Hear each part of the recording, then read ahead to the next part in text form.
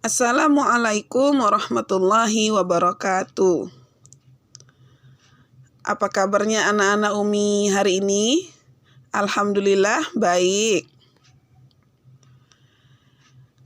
Pelajaran hari ini yaitu pelajaran fikih tentang kurban. Sebelum kita mulai mempelajari tentang kurban, sebaiknya kita membacakan basmalah terlebih dahulu. Bismillahirrahmanirrahim. Anak-anak Umi sekalian, apakah anak-anak Umi sudah tahu apa itu kurban? Kapan kurban dilaksanakan? Ada yang tahu? Ya, kurban dilaksanakan biasanya di hari Idul Adha atau disebut juga dengan Hari Raya Kurban. Baiklah, kita masuk ke tujuan pembelajaran. Tujuan pembelajaran, siswa dapat memahami tentang sejarah ibadah kurban, pengertian dasar hukum kurban, serta ketentuan dan tata cara kurban. Sejarah ibadah kurban. Kurban dalam sejarah Islam dimulai pada masa Nabi Ibrahim alaihissalam. Mulanya Nabi Ibrahim bermimpi diperintahkan untuk menyembelih putranya bernama Ismail alaihissalam. Namun, pada mimpi pertama Nabi Ibrahim alaihissalam tidak percaya. Dan dia mengira bahwa mimpi itu merupakan bisikan syaitan, bukan perintah Allah Subhanahu wa Ta'ala. Namun Nabi Ibrahim menjadi yakin mimpinya merupakan wahyu Allah ketika mimpi yang ketiga. Jadi Nabi Ibrahim itu ketika dimimpikan disuruh menyembelih putranya, dia tidak langsung melakukan. Karena difikirnya mimpi itu berasal dari setan. Akhirnya mimpi yang pertama tidak dilakukan, mimpi yang kedua tidak dilakukan, sampai mimpi yang ketiga barulah Nabi Ibrahim meyakini bahwasanya ini memang mimpi perintah dari Tuhan untuk menyembelih putranya. Akhirnya Nabi Ibrahim alaihissalam melaksanakan perintah Allah tersebut ketika Ismail alaihissalam berusia 7 tahun. Ada pula yang berpendapat ketika Nabi Ismail berusia 13 tahun. Tepat pada tanggal 10 Zulhijjah, Ismail alaihissalam disembelih. Namun, karena ketaatan dan ketakwaan Nabi Ibrahim dan putranya Ismail, maka Allah memberikan rahmat dan kasih sayangnya kepada beliau berdua. Ketika penyembelihan dilaksanakan oleh Nabi Ibrahim, dengan izin Allah, Ismail alaihissalam diganti oleh Allah dengan seekor domba. Alhamdulillah, segala puji bagi Allah Subhanahu wa Ta'ala.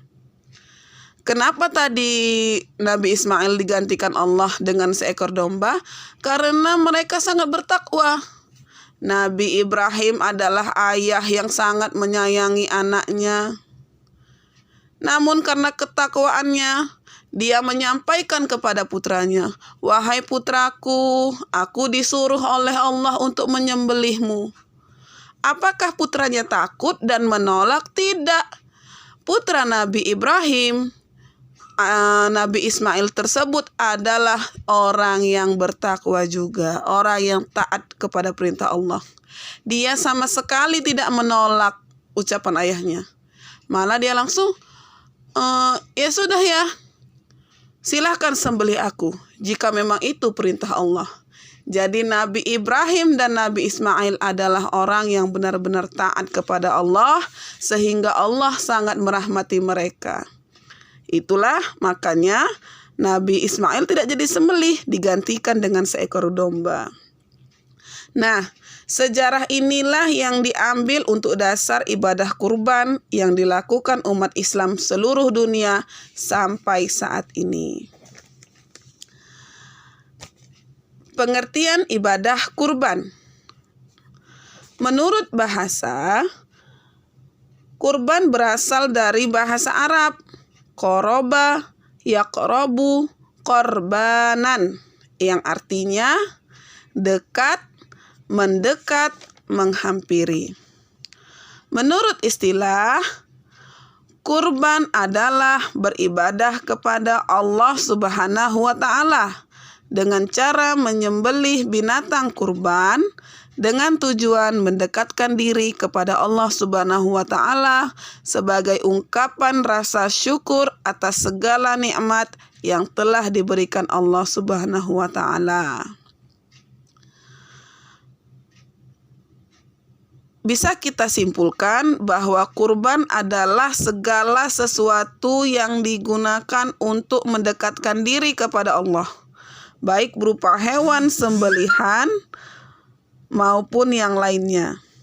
Kurban atau udhiyah adalah penyembelihan binatang kurban dengan tujuan ibadah kepada Allah. Kapan itu dilakukan? Pada hari raya Idul Adha atau tanggal 10 Zulhijjah dan 3 hari tasyrik tanggal 11, 12, 13 Zulhijjah. Jadi ada jadwalnya ya nak ya.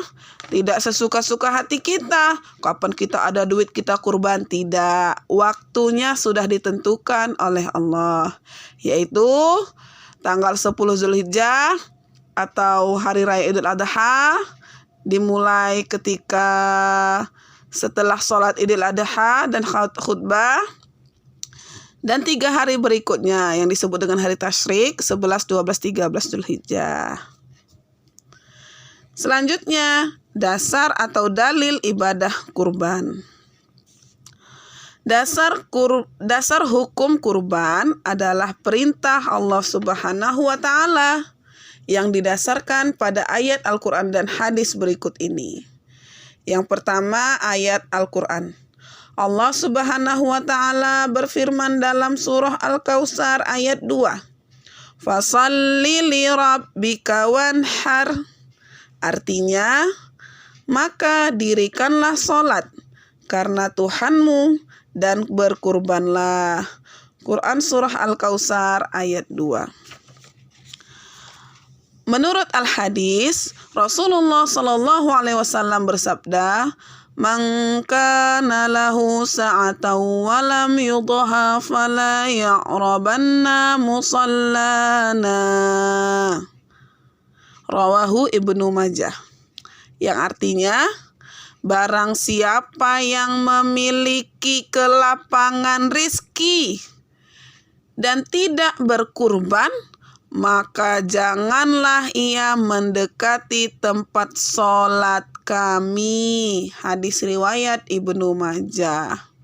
Jelas sekali dari dalil dari ayat Quran dan hadis di atas menjelaskan bahwasanya kurban itu dilakukan oleh orang yang memiliki kelapangan rizki.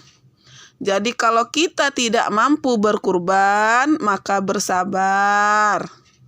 Tapi kalau kita sudah mampu berkurban dan memiliki cukup banyak rezeki, maka kita diwajibkan untuk melaksanakan ibadah kurban. Selanjutnya, ketentuan dan tata cara berkurban. Pelaksanaan ibadah kurban tentu memiliki ketentuan-ketentuan sebagaimana pelaksanaan ibadah lain. Adapun ketentuan tersebut meliputi sunnah kurban, rukun penyembelihan, dan cara penyembelihan, serta membagi daging kurban. Rukun penyembelihan. Penyembelih hendaknya orang Islam atau orang yang paham ilmu tentang kurban.